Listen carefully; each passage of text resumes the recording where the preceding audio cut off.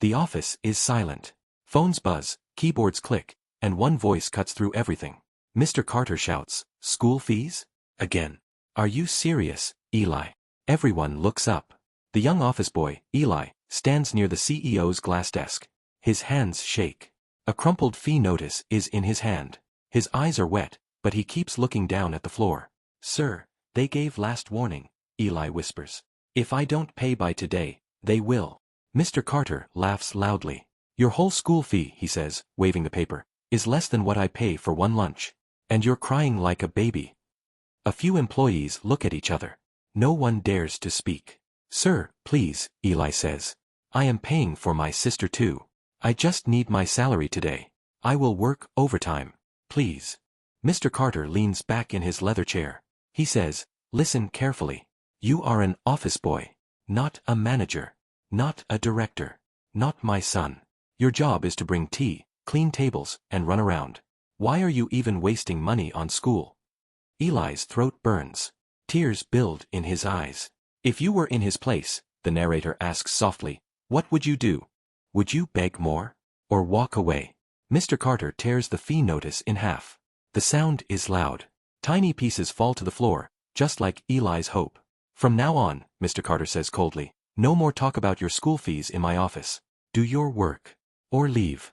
Eli nods. His lips tremble. He bends, picks up the torn paper pieces, and walks out slowly. What no one notices. In the corner, near the door, a junior employee named Mia is holding her phone low. Her camera is recording everything. The day had started with hope. Early morning, Eli stood outside the big glass building, holding his old backpack and a small plastic file.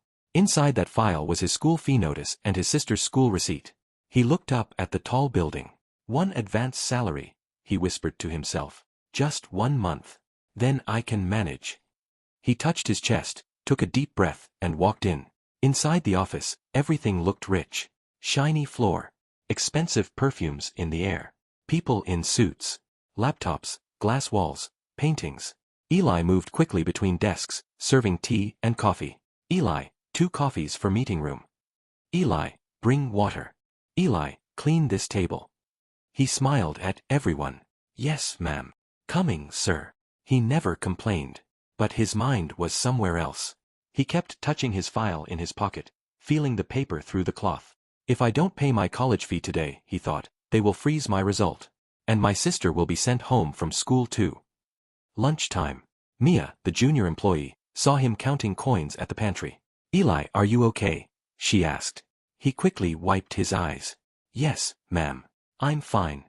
She noticed the worry in his face, the way his hands shook over the coins. "Did you eat?" she asked softly. Eli smiled weakly. "Later. I'm not hungry." He was lying. His stomach was empty. But his fear was bigger than his hunger. Then HR Grace came. "Eli," she said, "Mr. Carter called you. Go to his office." His heart jumped. This is it, he thought. Maybe he will say no. Maybe he will say yes. Please, God. He walked to the CEO's glass cabin. Everyone watched as he entered. Inside, Mr. Carter didn't even look at him at first. He was busy on a call, laughing with someone about a luxury car. After a minute, he cut the call and turned. "Yes, what?"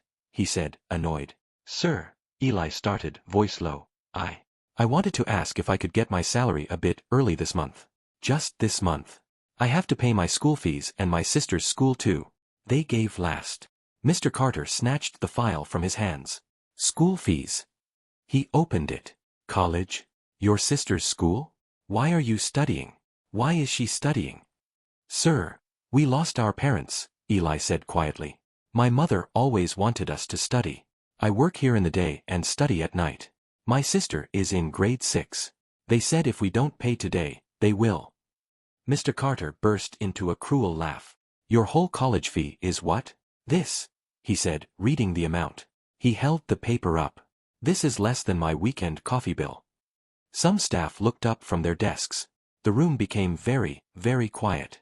"Sir, it's big for us," Eli said, eyes filling with tears. "I will pay you back. Cut from my next salary.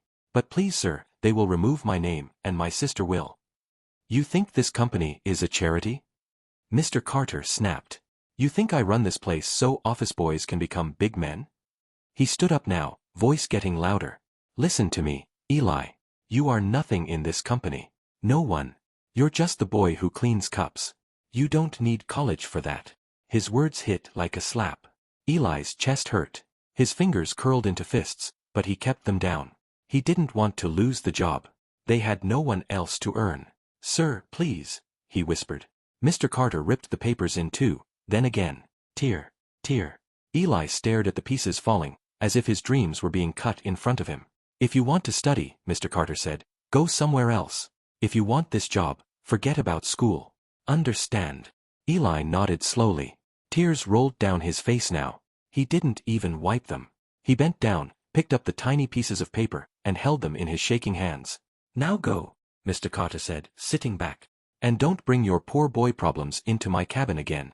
Eli turned and walked out. As he left, Mia quickly stopped recording and hid her phone. Her heart was beating fast. She looked at Eli's broken face, and at the cruel smile on the CEO's. What I just recorded, she thought, no one will believe until they see it. At the door, Eli paused. For a moment, he thought, should I quit? Or should I swallow this insult for my sister? He swallowed his pain, and kept walking. But this was only the beginning of the truth. That evening, Eli sat on the edge of a small broken bed in a tiny one-room house. His sister, Lily, sat in front of him with her school bag. Did you pay the fees? She asked with big hopeful eyes. Eli's chest tightened. He forced a smile. They gave us one more day, he lied. I will manage it tomorrow. Lily looked relieved. Really? I was so scared they would send me home. She hugged him. Her hair smelled like cheap soap. Her shoes were worn out. But her marks were always on top of the class.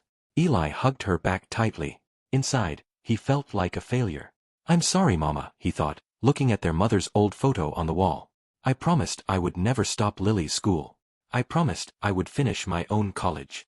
He pulled out the torn fee notice from his pocket. The paper was almost in shreds now. He placed the pieces on the floor and tried to fit them back, like a puzzle. His eyes blurred with tears. Back at the office, Mia sat in her apartment, watching the video again. Mr. Carter's voice echoed from her phone. You are nothing in this company. You don't need college. You're just the boy who cleans cups. Mia clenched her jaw. How can someone insult a person for wanting education? She thought angrily. She knew Eli. He was kind. He always helped everyone. He stayed late without complaint. She had seen him reading textbooks during lunch break instead of eating. She opened the company WhatsApp group for junior staff. Her fingers hovered for a moment. This might cost me my job, she thought. But if I stay silent, am I any better than him? She sent the video. Within minutes, the typing sign appeared again and again on her screen. What? Is this real? That's Eli. Why is the CEO talking like that?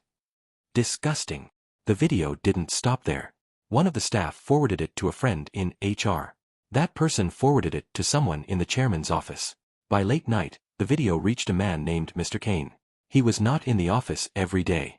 He was the founder and chairman of the company. The man who had started it all. He sat alone in his large but simple study, wearing glasses, sipping tea when the notification came. He opened the video. For 2 minutes, he watched quietly. He watched Eli's trembling hands. He watched the torn paper. He heard the cruel laughter. By the end, his own hands were shaking. He paused the video, closed his eyes, and took a deep breath. In his mind, he saw his younger self. A boy in cheap clothes. Standing in front of a school office. Begging for just one more week to pay the fees. He remembered what it felt like to be told, you are wasting your time. Boys like you don't become anything. His eyes filled with tears. He replayed the video again. Then he picked up his phone and called Grace from HR. Grace, he said, voice steady but cold. I want to know everything about this boy. Eli. Where he works. What he does. How long he's been here. Grace stammered. Yes, sir, Eli is our office boy. Very hard-working. Everyone likes him. He studies at night. He pays his sister's fees. We all know. I didn't know Mr. Carter said all this. Mr. Kane's voice was calm but sharp. Tomorrow morning, he said, call an urgent meeting. Full management. And I want that boy, Eli, in the boardroom too. Yes, sir. Should I tell Mr. Carter? She asked. Mr. Kane looked again at the frozen frame on his screen. Mr. Carter's mouth open in a cruel smile. Eli's face broken. He answered, "No. Do not tell him anything." He ended the call. He opened one more folder on his laptop. A list of names. Scholarship winners. At the very top was a name, Eli Thomas. Next to it, top score in internal leadership test. Recommended for full company-funded business scholarship. Mr. Kane stared at it. "Mr. Carter never showed me this file," he whispered. He hid it. He realized something. The CEO had not only insulted Eli's school fees, he had also blocked his future. Mr. Kane's jaw tightened. For a boy who is trying to study while working, he thought, this company should be a ladder, not a cage. The next morning, Eli arrived at work with red eyes. He had not slept. He went straight to the pantry, tied on his apron, and picked up the tea tray. Grace came running. "Eli," she said, out of breath. "The chairman wants to see you. In the big boardroom. Now." Eli froze. "Chairman," he whispered. "Did I do something wrong?" Grace looked at him with kind eyes. "Just come. And don't be scared." As he walked toward the boardroom, his heart pounded. He saw all the senior managers going the same way. He also saw Mr. Carter walking confidently, adjusting his designer tie, not knowing what was coming. Eli stopped outside the door. He could hear a projector starting. A video file opening. What is happening inside, he wondered, fingers shaking on the tray. "Have you ever seen someone behave like this in real life?" the narrator asks. "What do you think is about to happen in that room?" The truth is about to be exposed in front of everyone. The boardroom was big, with a long shiny table and leather chairs on both sides. At the head of the table sat Mr. Kane, the founder. He was older than Mr. Carter, with white hair and calm eyes. But today, his calm eyes looked like a storm was hiding behind them. Senior managers sat along the sides. HR Grace. Finance. Marketing. Everyone important. Mr. Carter walked in, smiling. "Good morning, sir," he said to Mr. Kane. "Is this about the new client? I have some great numbers to share." Mr. Kane did not smile. "Sit down, Carter," he said quietly. Mr. Carter's smile faded a little. He sat. "Before we talk about clients," Mr. Kane said, "we will watch a small video. No one speaks until it ends." He pressed a button. The lights in the room dimmed. On the wall, the projector lit up. A familiar office appeared on the screen. Mr. Carter frowned.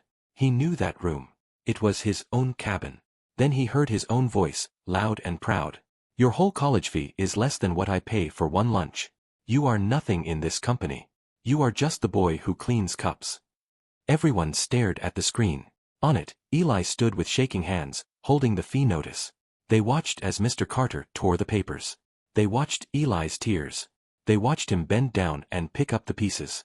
No one moved. The only sound was Mr. Carter's own voice echoing in the room. When the video ended, the lights came back on slowly. The room was heavy with silence. Mr. Carter's face had turned pale. "Sir, someone recorded without permission. I was just," he stammered. Mr. Kane raised his hand. "Enough." He turned to Grace. "Call Eli inside." The door opened. Eli stepped in, holding his tea tray. His eyes were full of fear. He had never been in this room before. He saw all the big people staring at him. He almost turned and ran. "Come here, son," Mr. Kane said, voice soft now. Eli walked forward slowly. He didn't look at anyone except the floor. Mr. Kane stood up. He walked around the table and stopped in front of Eli. First, he did something that shocked everyone. He gently took the tea tray from Eli's hands and placed it on the side. Then he put his hands on Eli's shoulders. "Look at me," he said kindly.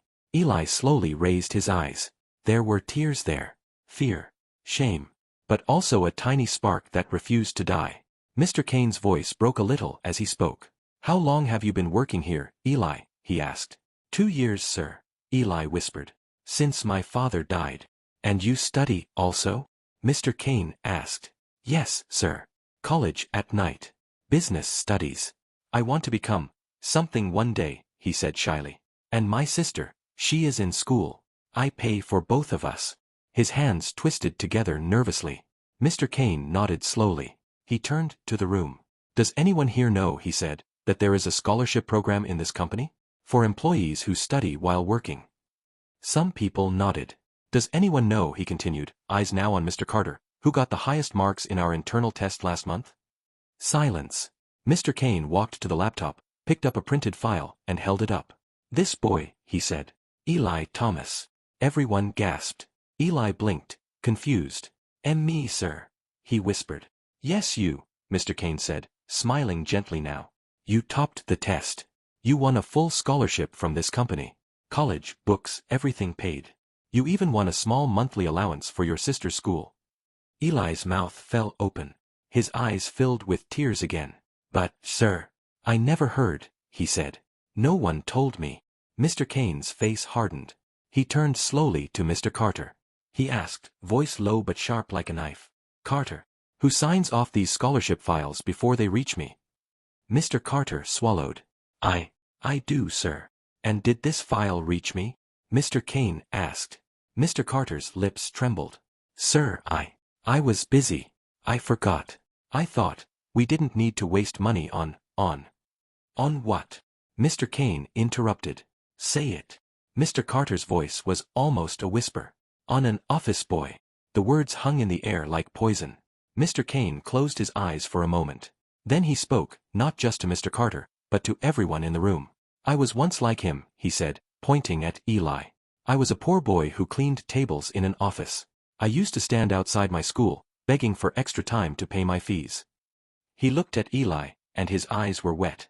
One day, someone believed in me, he continued. Someone paid my fees. Someone said, education can change your life. That is why I built this company. Not just to make money, but to make sure no one gets insulted for wanting to study. He turned to Mr. Carter, and now his voice was cold. And you, he said, not only insulted him, you tore his fee notice. You told him he is nothing. You hid his scholarship letter. Mr. Carter started shaking. Sir, I am sorry, he said quickly. I made a mistake. I was stressed. I didn't mean it. Please, don't do this in front of everyone. For you, it was one moment of anger, Mr. Kane replied. For him, it was his whole future. Mr. Carter looked at the other managers. Please, he begged. I built profits. I worked day and night. Don't destroy my career over one poor boy's fee. His words made some people flinch. One poor boy's fee. Eli heard it. His heart hurt. But he stayed silent. Mr. Kane's decision was already made. He turned to H.R. Grace. From this moment, he said, Mr. Carter is suspended. Start the process to remove him as CEO. Sir, please. Mr. Carter almost shouted now. I can apologize. I can pay his fees. Mr. Kane cut him off. You cannot buy back respect with money, he said. You cannot erase cruelty with one apology. Mr. Carter's shoulders dropped. His eyes went red. The powerful CEO now looked small and helpless. Security was called. As they gently asked Mr. Carter to leave the room, he looked at Eli. For the first time, there was fear in his eyes. He whispered, I'm sorry. Eli looked back at him, tears on his face. Sir, he said softly, I forgive you, but your words, they will stay with me. That single line hit harder than any shout. When Mr. Carter was gone, the room felt lighter. Mr. Kane turned to Eli again. From today, he said, you are not our office boy only. Your job here is part-time. The company will pay for your college in full. And your sister's school fees. You will finish your studies. One day, you will sit at this table as a leader, not as a servant. Eli could not hold it in anymore. Tears streamed down his face. He covered his mouth with his hands, shaking. Thank you, sir, he choked. I won't waste this chance. I promise. Some managers wiped their own eyes. Mia, standing at the back of the room, smiled through her tears. She felt proud that she had pressed record that day. Mr. Kane said one last thing to everyone. Remember this, he said. The way you treat the weakest person around you shows who you really are. Titles, money, cars, all of that can disappear. But your humanity, that stays. He looked at Eli and added, no one will ever insult your education in this building again. Eli nodded. For the first time, he stood a little taller. Final moral message, voiceover. The narrator speaks gently. Some people think money makes them bigger than others. They laugh at someone's broken shoes, someone's cheap bag, someone's small school fee. But they forget one thing. Today's office boy can become tomorrow's boss. Today's nobody can be the one who changes the world. Always respect people who are trying to improve their life, especially those who fight alone. If you see someone being insulted like Eli, will you stay silent? Or will you stand up for them? Because karma never sleeps. It just waits for the right moment to speak the truth.